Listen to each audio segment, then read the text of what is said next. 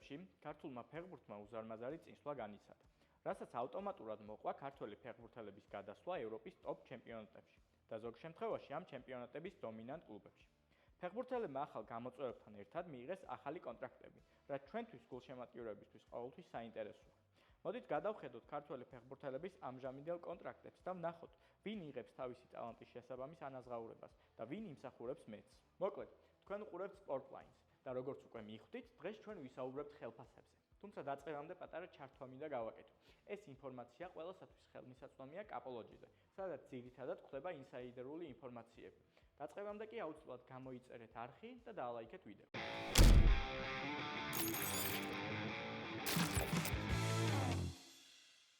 მეათეზე არის ზურიკო დავითაშვილი.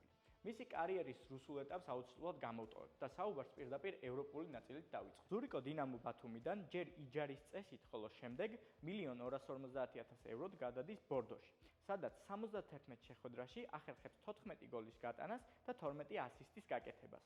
ამ სტატისტიკით მან შეძლო თავისი სატრანსფერო ღირებულების 2,5 მილიონიდან 3 მილიონამდე გაზრდა და დაიმსახურა ტრანსფერი იმ დროისათვის ლიგა 1-ის კლუბ სენტ-ეტიენში 6 მილიონ ევროდ. იმ დროისთვის ზურიკო 23 წლის იყო და ბორდოსთან თითქმის 3 წლიანი კონტრაქტი აკავშირებდა.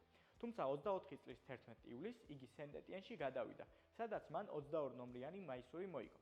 ზურიკოს ინტერესებს მამუკა ჯუღელი იცავდა. მისი ამჟამინდელი კონტრაქტი 2028 წლის 30 ივნისამდე მოქმედებს და კლუბს მისი შენახვა დაახლოებით 14,000 евро უჯდება, რაც წელიწადში გვაძლევს 751,000 ევროზე ოდნავ მეტს. სამწუხაროდ წინა სეზონში სენტ-ეტიენი ლიგა 2-ში დაქვეითდა და ამ სეზონის დაწყება ზურიკოს საფრანგეთის მეორე ლიგაში მოუწია.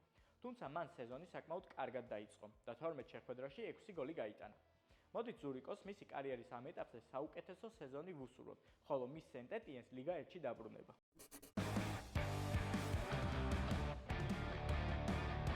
ჩვენ კი გადავიდეთ მე-9 ადგილზე, სადაც საბა ლობჟანიძეა. 30 წლის ვინგერი დინამოს აკადემიის პროდუქტია და მისი პროფესიონალური კარიერა 2014-15 წლების თბილისის დინამოში დაიწყო. შემდეგ მან იჯარის წესით ერთი სეზონი საჩხერის ჩიხურაში გაატარა და საბოლოოდ დინამოდან დანიის ჩემპიონატში გადაბარგდა, სადაც ძალიან კარგი იყო. მან 91 შეხვედრაში გაიტანა 32 გოლი და გააკეთა 14 ასისტი. დანიის ჩემპიონატის შემდეგ იწყება მისი კარიერის თურქული ნაწილი, სადაც იგი 2020 წლის 31 იანვარს გადაბარგდა და ანკარაგუჩუს მაისური მოიგო. აქ იგი კვირაში $11,000-ზე ოდნავ მეტს გამოიმუშავებდა. თუმცა უკვე 2021 წლის 1 ივლისს იგი ჰატაისპორში გადავიდა, სადაც კლუბი მას იგივე თანხას უხდიდა. აქ მან 61 შეხვედრაში შეძლო 9 გოლის გატანა და 13 ასისტის გაკეთება, რის შემდეგაც იგი უკვე მესამე თურქულ კლუბში გადავიდა. საბოლოო ჯამში თურქეთში საბამ 15 გოლი გაიტანა და 24 ასისტი გააკეთა, რის შემდეგაც 2023 წლის 2 აგვისტოს იგი MLS-ის კლუბ ატლანტაში გადავიდა. ფეხბურთელის ინტერესებს FA Players Agency იცავდა. ეს სააგენტო ასევე იცავს კიტეიშვილის, ლოჩოშვილის, სიგუას და სხვა მრავალი ქართველი ფეხბურთელის ინტერესებს. ტრანსფერის დროს საბას საბაზრო ღირებულება 2,800,000 евро იყო, თუმცა ატლანტამ მისი ყიდვა 1,5 მილიონად შეძლო და ფეხბურთელს 3 წლიანი კონტრაქტი დაუდო, რომლის მიხედვითაც იგი დაახლოებით $520,000 გამოიმუშავებს წელიწადში.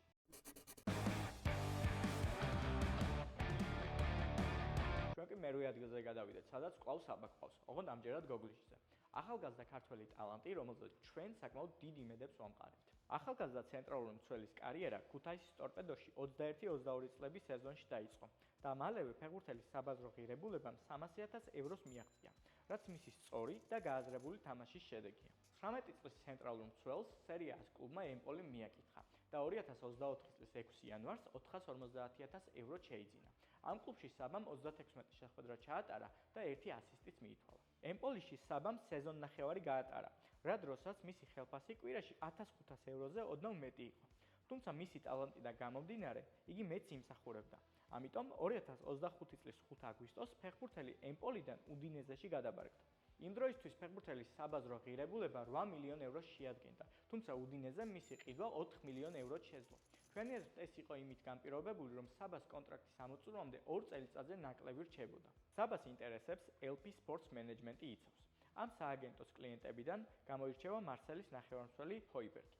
გოგლიჩიძის კონტრაქტი უდინეზესთან 2030 წლის 30 ივნისამდე მოქმედებს. კონტრაქტის მიხედვით კლუბი მას კვირაში 7,700 ევროს უხდის, პლუს 2000 ევრომდე ბონუსებს, რაც წლიურ 500,000 ევროს გვაძლევს. კონტრაქტის ამოწურვისას საბა უკვე 25 წლის იქნება, რაც ნებისმიერი ფეხბურთელისთვის იდეალური ასაკია. თუმცა ჩვენ დარწმუნებულები ვართ, რომ ფეხბურთელის ტალანტიდან გამომდინარე იგი კონტრაქტის ბოლომდე მიყვანას ვერ შეძლებს და მალევე ვნახავთ მას რომელიმე ტოპ კლუბში, ტოპ კონტრაქტით.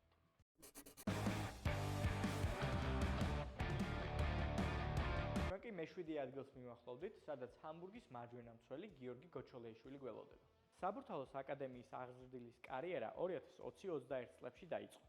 მალევე იგი 1 მილიონი ევროდ დონეცკის შახტარში გადაბარგდა, სადაც მან კლუბის მაისურით 40 შეხვედრა ჩაატარა. ფეხბურთელით კოპენჰაგენი დაინტერესდა და 2024 წლის 29 ივლისს ფეხბურთელი იჯარით წაიყვანა. ამ იჯარაში მან 400,000 евро გადაიხადა.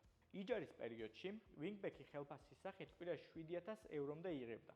თუმცა იჯარის ამოწურვის შემდეგ კოპენჰაგენმა ფეხბურთელის გამოსყიდვა არ მოინდომა, რის შემდეგაც გოჩომ უკვე წლევანდელი სეზონი ჰამბურგის შემადგენლობაში დაიწყო. იჯარა ჰამბურგს 250,000 евро უჯდება და სრულდება 2026 წლის 30 ივნისს. ჩვენ დარწმუნებულები ვართ, რომ იჯარის ამოწურვის შემდეგ ჰამბურგი აუცილებლად შეეცდება გიორგის გამოსყიდვას, რადგან ფეხბურთელი ბუნდესლიგაში ფენომენალურ სეზონს ატარებს. რაც შეეხება მის კონტრაქტს, იგი 2027 წლამდე მოქმედებს და კაპოლოჯის მიხედვით ბონუსების გათვალისწინებით კვირაში 10,000 ევროს ცდება, რაც საერთო ჯამში წლიურ 525,000 ევროს გვაძლევს. ფეხბურთელის ინტერესებს ბენესპორტი იცავს, რომლის კლიენტები ასევე არიან ქვილითაია, დვალი, გაგნიძე და ჩვენი დღევანდელი ვიდეოს კიდევ ერთი გმირი, რომელზეც მოგვიანებით ვისაუბრებთ. მოკლედ, გოჩოს სატრანსფერო ღირებულება ამ ეტაპისთვის 3,5 მილიონი ევროა და ძალიან საინტერესოა, როგორ განვითარდება მისი კარიერა, სად აღმოჩნდება და რა ფასად. მოკლედ, უსურვებთ წარმატებებს.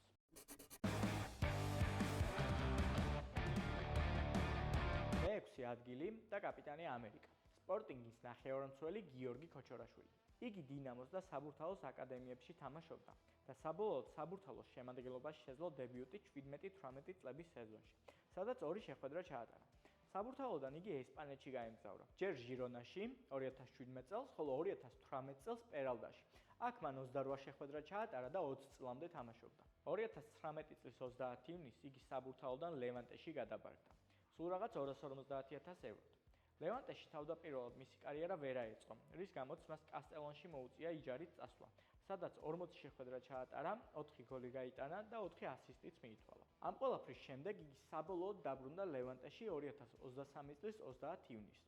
კაპოლოჯის მიხედვით 23-24 წლის სეზონში მისი ხელფასი 1,150 евро იყო, რაც წელიწადში 60,000 ევროა. ლევანტეში ქოჩორამ 66 შეხვედრა ჩაატარა, 9 გოლი გაიტანა და 4 საგოლე გადაცემა შეასრულა.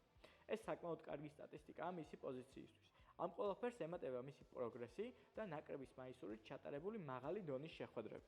შედეგად ქოჩორას სატრანსფერო ღირებულება 5 მილიონ ევრომდე გაიზარდა და დიდი კლუბების ინტერესიც გამოიწვია. მათ შორის ყველაზე მონდომებული პორტუგალიური სპორტინგი აღმოჩნდა, რომელმაც 5,5 მილიონი ევროს სანაცვლოდ 2025 წლის 1 ივლისს ფეხბურთელი შეიძინა. მის ინტერესებს იცავს აბათ სპორტი. კონტრაქტი 2030 წლამდე არის გათვლილი და ქოჩორას კვირაში 12,000 ევროს აძლევს ბონუსების გათვალისწინებით. ეს კი წლიური 620,000 ევროა.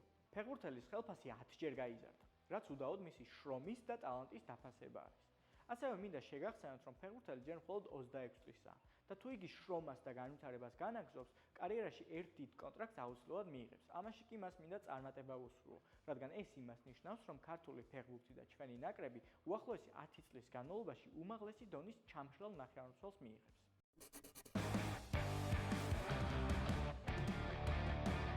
მეხუთეზე გიორგი ჩაკვეტაძე. ამ ტოპში ბევრი გიორგია. მოკლედ, უოტფორდის შემტევი ნახევარმცველი 26 წლის გიორგი ჩაკვეტაძე. ჩაკვე თბილისის დინამოს აკადემიის აღზრდილია და დინამოს პირველი კლუბის მაისურით 31 შეხვედრის ჩატარებაც მოასწრო 5+11 სტატისტიკით. 2017 წლის 30 აგვისტოს 750,000 ევროთ გენჩი გადაბარგდა და სამწუხაროდ კლუბთან 7 წლიანი კონტრაქტი გააფორმა, რომლის დროსაც ფეხბურთელმა მამის ყველაფერი გადაიტანა. ჩაკვე ჩემთვის პირადად და ვიცი რომ ნაკრების ბევრი სხვა გულშემატკივრისთვის პირველი ნათელი წერტილია, რადგან მის გამოჩენასთან და კარგ თამაშთან ერთად გაჩნდა შეგრძნება, რომ ნაკრები კარგ შედეგებს აჩვენებდა. მოკლედ, მის კარიერას რომ დავუბრუნდეთ, გენჩი ყოფნის დროს ჩაკვემ განიცადა წარმატება და საყოველთაო სიყვარული, რასაც უმძიმესი ტრავმა მოყვა. შემდეგ დაბრუნება და ძირითადისთვის ბრძოლა. წარმატებული და წარუმატებელი იჯარები. ეს ყველაფერი მას 2017 წლიდან 2023 წლამდე გადახდა თავს. არ დაგვაუწყდეს, რომ ჩაკვე ჯერ მხოლოდ 26 წლისაა და მას ყველაფერი წინ აქვს. რაც შეეხება მის სატრანსფერო ღირებულებას, ამ პერიოდში მისი ფასი 2-დან 3 მილიონ ევრომდე მერყეობდა, ხოლო გენტი მას კვირაში 1500-დან 4500 ფუნტამდე უხდიდა. რაც შეეხება მის სტატისტიკას, გენტთან ერთად მან 91 შეხვედრაში 8 გოლი გაიტანა და 19 ასისტი შეასრულა, ხოლო სლოვანში 47 მატჩში 1 გოლი გაიტანა და 9 ასისტი შეასრულა. ჰამბურგის კარიერის გახსენება არც კი ღირს, რადგან ფეხბურთელს მხოლოდ 399 სათამაშო წუთი მიეცა. ჩაკვამ გენტს თავი საბოლოოდ 2024 წლის 1 თებერვალს დააღწია, როდესაც უოტფორდმა მისი საბოლოო გამოსყიდვა გადაწყვიტა 2,5 მილიონ ევროდ. ფეხბურთელის ინტერესებს იცავს Vision Foot-ის სააგენტო. კონტრაქტი 2029 წლის 30 ივნისამდე მოქმედებს და ფეხბურთელს საკმაოდ სოლიდურ 17,300 ფუნტს აძლევს ბონუსების გათვალისწინებით, რაც წლიურ 900,000 ფუნტს უდრის. თუმცა იმედია კარიერაში მეორედ ჩაკვი არ გახდება კონტრაქტის მსხვერპლი და შეძლებს ჩემპიონშიპის დატოვებას, რადგან მისი ტალანტი და თამაშის სტილი გაცილებით მაღალი დონის ჩემპიონატს შეეფერება და ეს ფეხბურთელს საბოლოოდ გახსნაში დაეხმარება.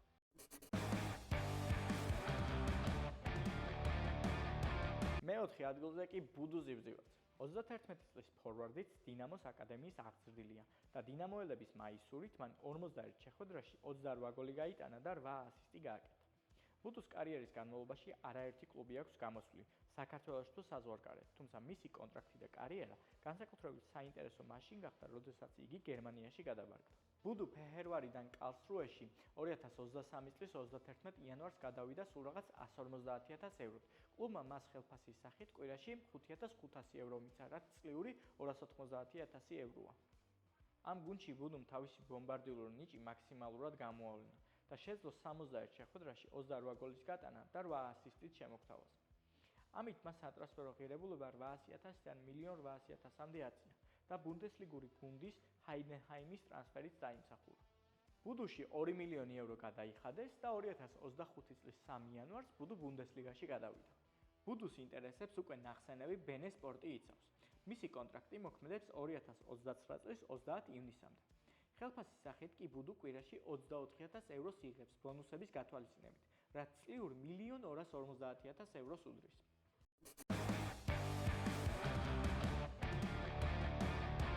და სამეულს ხსნის გაგიკვირდებათ და გიორგი მიქაუტაძე. ერთადერთი ფეხბურთელი ამ ტოპში, რომელიც არ არის ქართული საფეხბურთო სკოლების პროდუქტი. საკმაოდ ცნობილი ისტორიაა, რომ იგი ლიონის აკადემიის აღზრდილია და რაღაც ეტაპზე მათი გზები გაიყარა, რაც მომავალში ჟორჟის კარიერაზე დიდ გავლენას მოახდენს. თუმცა მანამდე ჟორჟმა ჯერ ბელგიურ სერაინგში გაიბრწყინა, სადაც იგი იჯარით 2020 წლის 2 ივლისს გადავიდა და 57 შეხვედრაში 36 გოლი გაიტანა. შემდეგ მეცი, რომელსაც იგი ეკუთვნოდა და რომელიც მას მისი პირველი ვოიაჟის დროს უხდიდა კვირაში 8,000 ევრომდე. არ უნდა დაგვაუწყდეს წარუმატებელი ტრანსფერი აიაქსში, რომელმაც 2023 წლის 30 აგვისტოს ფეხბურთელში 16 მილიონი евро გადაიხადა. კლუბი და ფეხბურთელი მალევე მიხვდნენ, რომ ერთმანეთს ვერ ეწყობოდნენ და იმავე სეზონის ზამთრის სატრანსფერო ფანჯრის დროს ჟორჟი უკვე ლიგა 1-ში აღზევებულ მეცს დაუბრუნდა, ჯერ იჯარით, ხოლო უკვე 2020 წლის 1 ივლისს უკვე 13 მილიონი ევროს სანაცვლოდ. ამის შემდეგ დაიწყო მცირე სატრანსფერო საგა, სადაც ყველა დარწმუნებული იყო, რომ ჟორჟი მონეგასკურ კლუბს შეუერთდებოდა, თუმცა ჟორჟს ჯერ კიდევ ჰქონდა ბოლო სიტყვა სათქმელი ლიონში. ამიტომ 24 წლის 18 ივლისს 18 მილიონი ევროს სანაცვლოდ იგი ლიონს დაუბრუნდა 9 წლიანი მოგზაურობის შემდეგ. და ჩემი აზრით ჟორჟი ლიონში ძალიანაც კარგი იყო. მან 59 შეხვედრაში, რაც 2369 წუთში კონვერტირდა, შეძლო 18 გოლის გატანა და 11 ასისტის შესრულება. ანუ მას საშუალოდ ჭირდებოდა 81 წუთი სასარგებლო მოქმედებისთვის. რაც შეეხება კონტრაქტს, იგი უკვე საკმაოდ სოლიდურ 34,000 ევროს იღებდა კვირაში, რაც 1,800,000 ევროა წელიწადში. მოკლედ ყველაფერი იდეალურად იყო, რომ არა ლიონის ფინანსური პრობლემები. კლუბს სასწრაფოდ მოუწია ძვირადღირებული აქტივების გაყიდვა, რათა გადარჩენილიყო და ამ დროს ჟორჟმა საყვარელი კლუბი არ დააღალატა და 31 მილიონი ევროს სანაცვლოდ 2025 წლის 1 სექტემბერს ვილიარეალში გადავიდა სათამაშოდ. ეს ტრანსფერი ყველასათვის მოულოდნელი იყო. სიტყვები ზედმეტია. უბრალოდ გაჩვენოთ ვიდეო, სადაც ჟორჟი ტოვებს ლიონის სავარჯიშო ბაზას. რაც შეეხება მის კონტრაქტს, მის ინტერესებს VV კონსალტინგის სააგენტო იცავს. ფეხბურთელის კონტრაქტი 2031 წლამდე მოქმედებს. ხელფასის სახით ჟორჟი კვირაში 53,000 ევრომდე იღებს, რაც ყოველ წლიურ 2,750,000 ევროს უდრის ყველა ბონუსის გათვალისწინებით. ელიტარული ფორვარდი ელიტარული კონტრაქტით.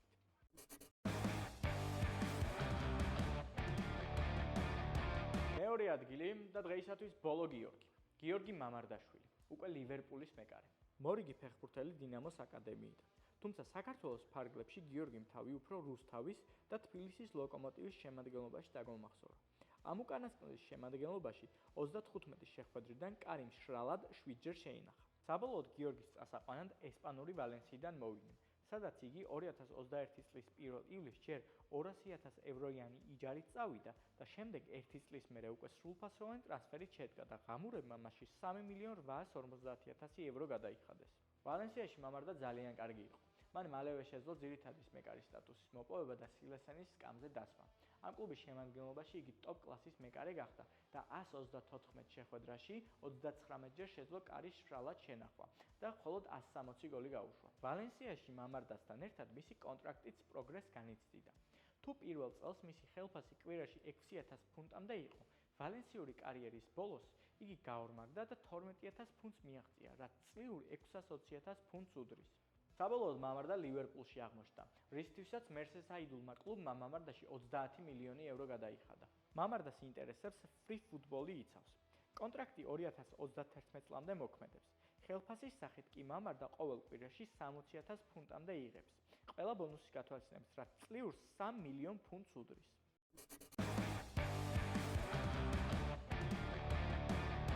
პირველზე კი არავის არ გაუკვირდება, რომ ხვიჩა კვარაცხელია, ყველაზე ძვირადღირებული და ამავდროულად ყველაზე მაღალ ანაზღაურებადი ქართველი ფეხბურთელი.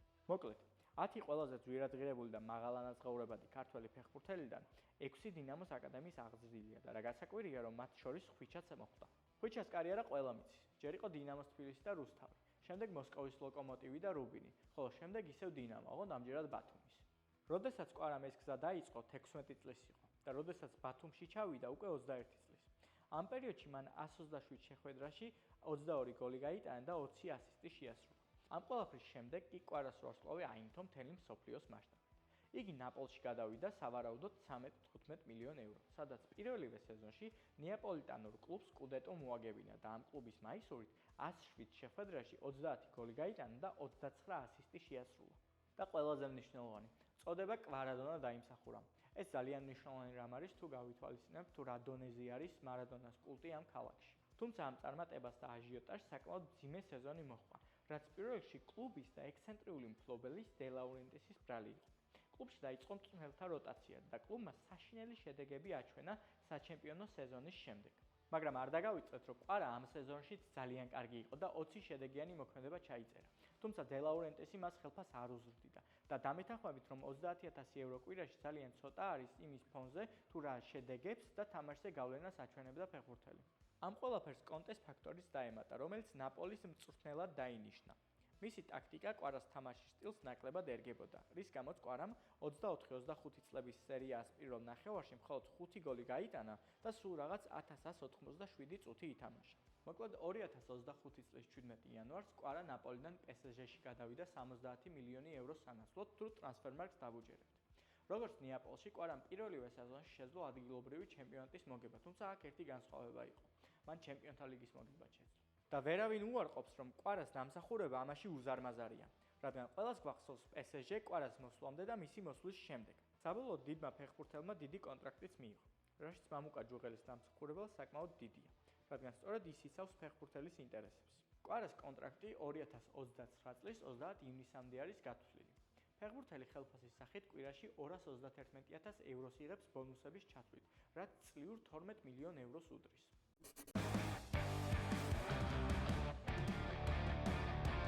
და ბონუსად დღეს ყველასათვის საყვარელი ქართველი ფეხბურთელი ოთარ კიტეიშვილი.